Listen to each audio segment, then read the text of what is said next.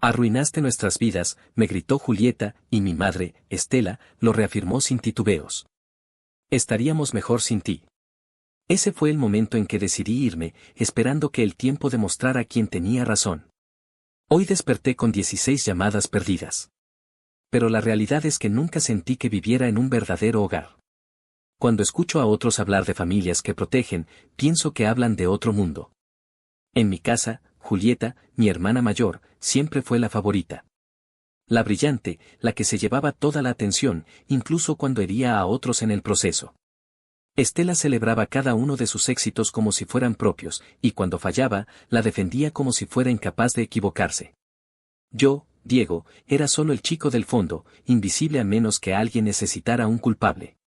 Si Julieta sacaba malas notas, era porque yo la había distraído. Si algo se rompía, seguro era por mi culpa. Y mi madre no cuestionaba esas versiones. Aún así, intenté ganarme su afecto. Estudiaba en silencio, sacaba excelentes calificaciones, soportaba humillaciones con la esperanza de recibir algún día el mismo cariño que ella le ofrecía a Julieta. Pero ese día nunca llegó. Todo explotó una noche cuando Julieta me acusó de haber arruinado su vida porque había reprobado una materia.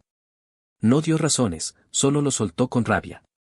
Y Estela la secundó, sin siquiera dudar. No como una crítica pasajera, sino como una sentencia. Estaríamos mejor sin ti. No lloré. No rebatí. Solo asentí. Subí las escaleras, eché algo de ropa y algunos cuadernos en una mochila y salí de esa casa sin que nadie me detuviera. Lo que llevaba encima no pesaba tanto como lo que sentía por dentro. Anduve por horas sin rumbo. Hacía frío, pero no lo sentía. Pensé que me invadiría la tristeza, que derramaría lágrimas frente a la puerta, o que me costaría despedirme de mi casa. Pero no. Nadie me llamó. Nadie me pidió que volviera. Terminé en un motel barato, pagando con manos temblorosas. Mis ahorros no eran más que unos cuantos cientos de dólares, fruto de las clases particulares que había dado a escondidas. Sin embargo, había algo que sí tenía claro, no volvería jamás. Esa primera noche no pude ni acostarme. Me quedé en el escritorio diminuto, iluminado por una lámpara que parpadeaba, tratando de imaginar qué haría al día siguiente. No tenía un título, ni conocidos que me ayudaran. Solo sabía lo que era ser ignorado. Pero también sabía estudiar, y sabía enseñar. Llevaba años explicando fórmulas a otros mientras Julieta era el centro de atención en las reuniones familiares. Era poco, pero era algo. Así que cuando salió el sol, entré en una cafetería de mala muerte, pedí el café más barato y usé el wifi gratis para registrarme en todas las plataformas de tutorías que encontré. Puse precios ridículos para llamar la atención. Tenía que empezar desde cero. Los primeros meses fueron una auténtica escuela de supervivencia.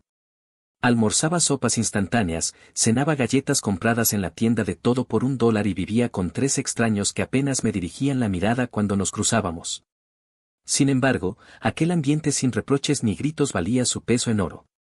Nadie me responsabilizaba por sus errores ni me gritaba que era una molestia. Mi número de alumnos empezó a crecer. Primero 1, luego 3, y pronto ya eran 10. Con el tiempo logré mudarme a un pequeño estudio, literalmente del tamaño de un armario, pero era mío.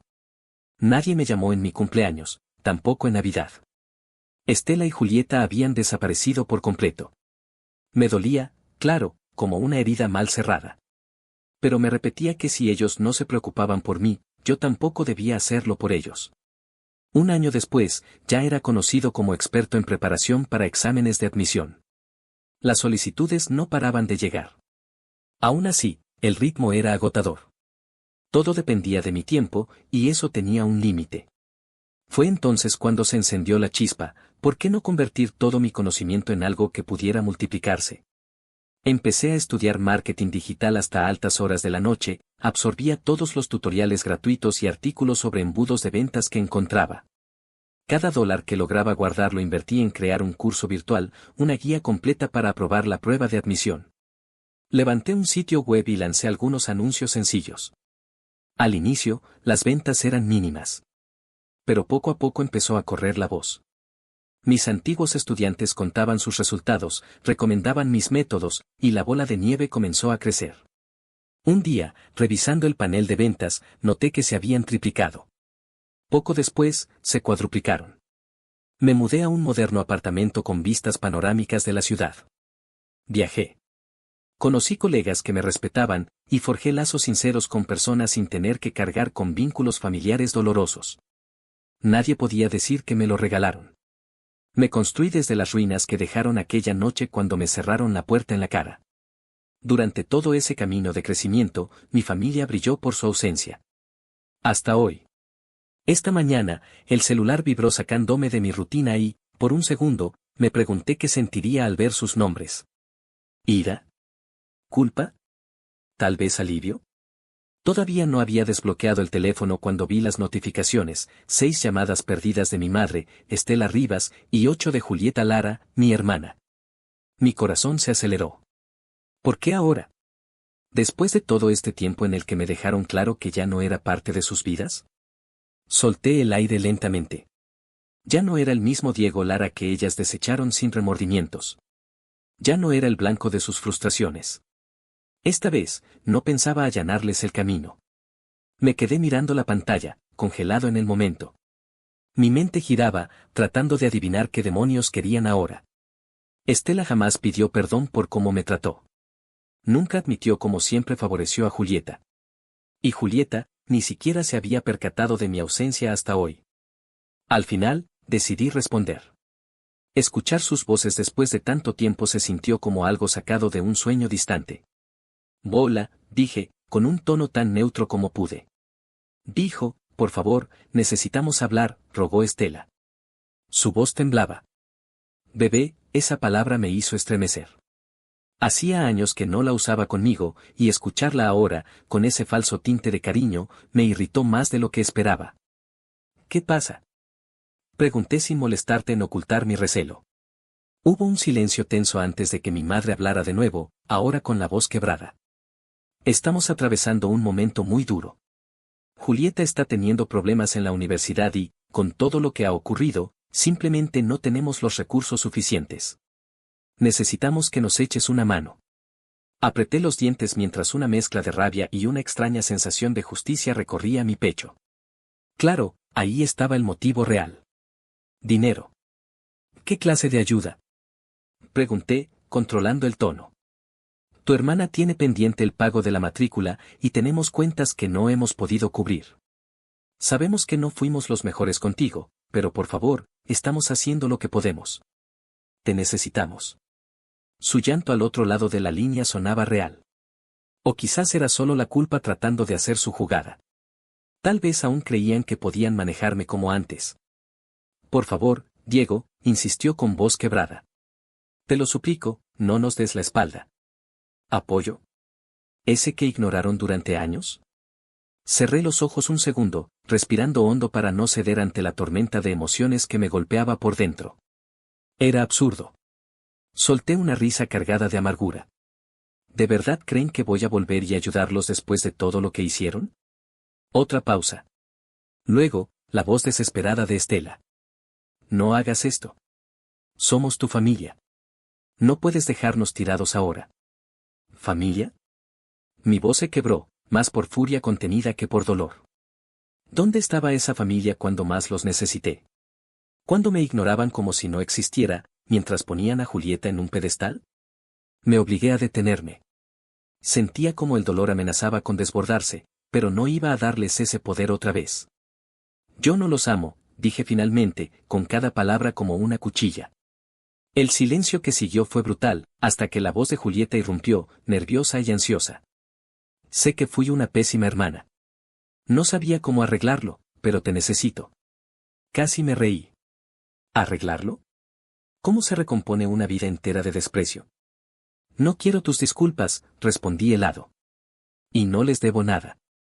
Afronten sus problemas como yo enfrenté los míos, solos. Por favor, susurró Julieta, pero la interrumpí. Debieron pensar en eso antes de borrarme de sus vidas. El corazón me latía con fuerza cuando colgué. No era solo enojo, también era satisfacción. Después de tantos años en los que actuaron como si no existiera, ahora sí sabían que yo estaba vivo. Caminé por la habitación, procesando lo que acababa de pasar. No me llamaban por amor. Me llamaban porque esperaban que salvara el desastre que ellos mismos habían creado. Habían desperdiciado algo que no se recupera y ahora estaban desesperados por recuperarlo. Pero ya no me importaba. No merecían formar parte de la vida que yo mismo había construido. Mi teléfono volvió a vibrar. Era Estela otra vez. En su mensaje, la misma súplica. Sabemos que no podemos cambiar el pasado, pero te necesitamos. Sonreí. No tenía ni idea de la persona en la que me había convertido. Otra vibración. Otro mensaje. Por favor, te lo ruego, no sabemos a quién más acudir. Miré la pantalla, el dedo suspendido sobre el botón de eliminar. Parte de mí quería simplemente borrarlo todo y seguir adelante. Ya les había dado mi respuesta. Negué con la cabeza. No iba a dejarme llevar por la compasión. No esta vez. Ahora tenía algo que era completamente mío. Un proyecto propio, construido desde cero. Mi éxito no era solo cuestión de ingresos, era la libertad de elegir quién merecía un lugar en mi vida. Y ellos, hacía tiempo que habían perdido ese derecho. Dejé el celular a un lado, me acerqué a la ventana y contemplé la ciudad desde lo alto. Desde ahí, todo se veía tan distante, tan insignificante, como si los conflictos del pasado le hubieran sucedido a otra persona. Ya no era ese joven inseguro ni cargaba con su peso. A pesar de eso, los mensajes seguían llegando. Respiré profundo. No iba a ceder. No permitiría que me arrastraran de nuevo con su culpa. Aún así, en el fondo, algo se agitó en mí. ¿Compasión? ¿Curiosidad? ¿O tal vez una sombra más amarga? Pero me mantuve firme. A la mañana siguiente, el zumbido del celular sobre la mesa de noche me despertó. Revisé la pantalla y vi el nombre de mi hermana, Julieta Lara. Dudé en abrir el mensaje.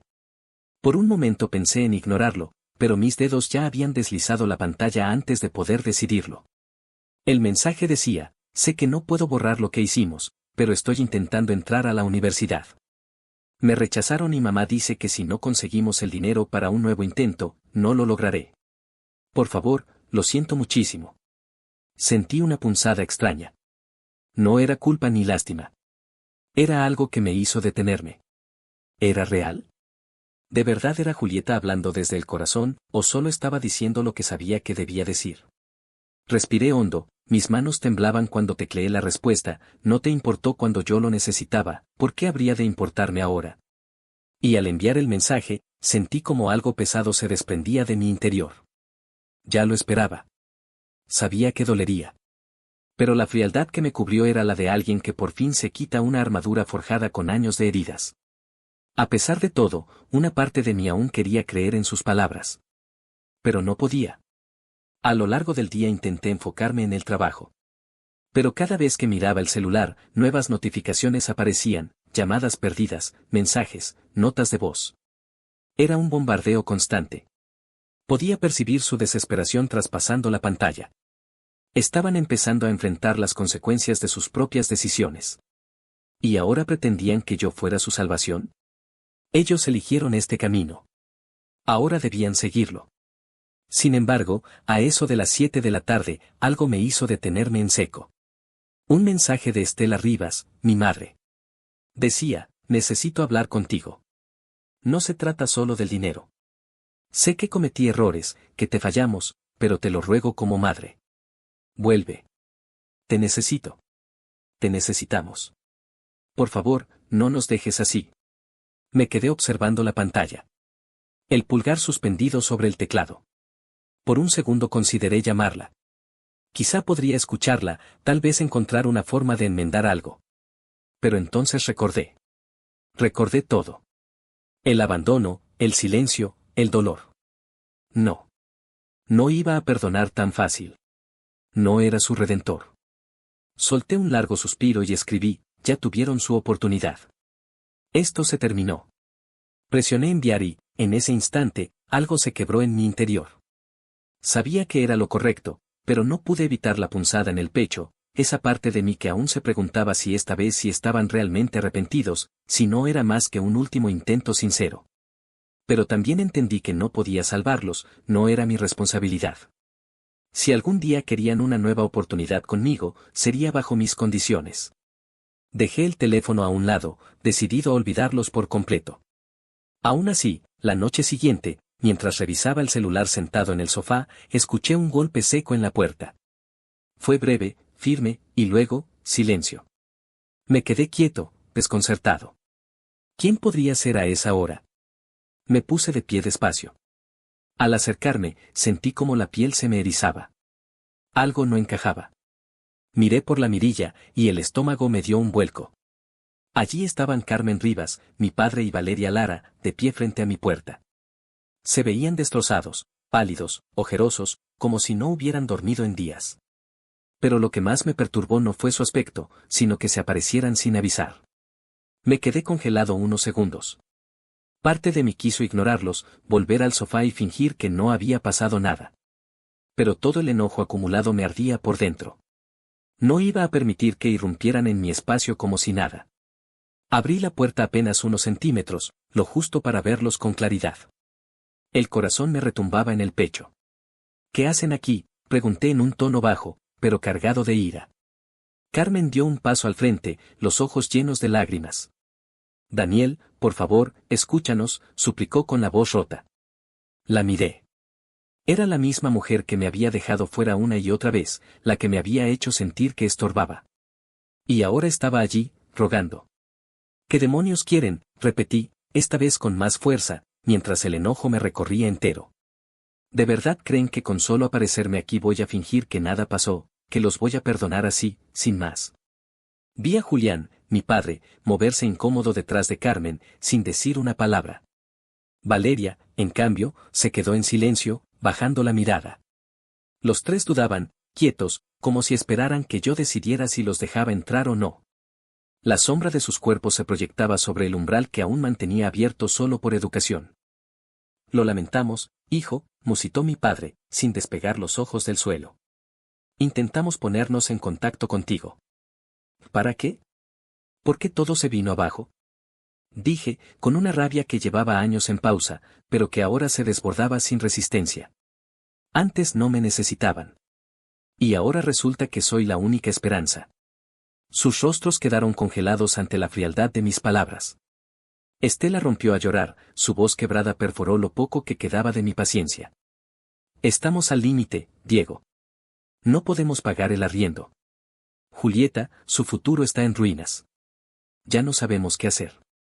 Claro que lo saben, repliqué, con una mezcla de ironía y desprecio.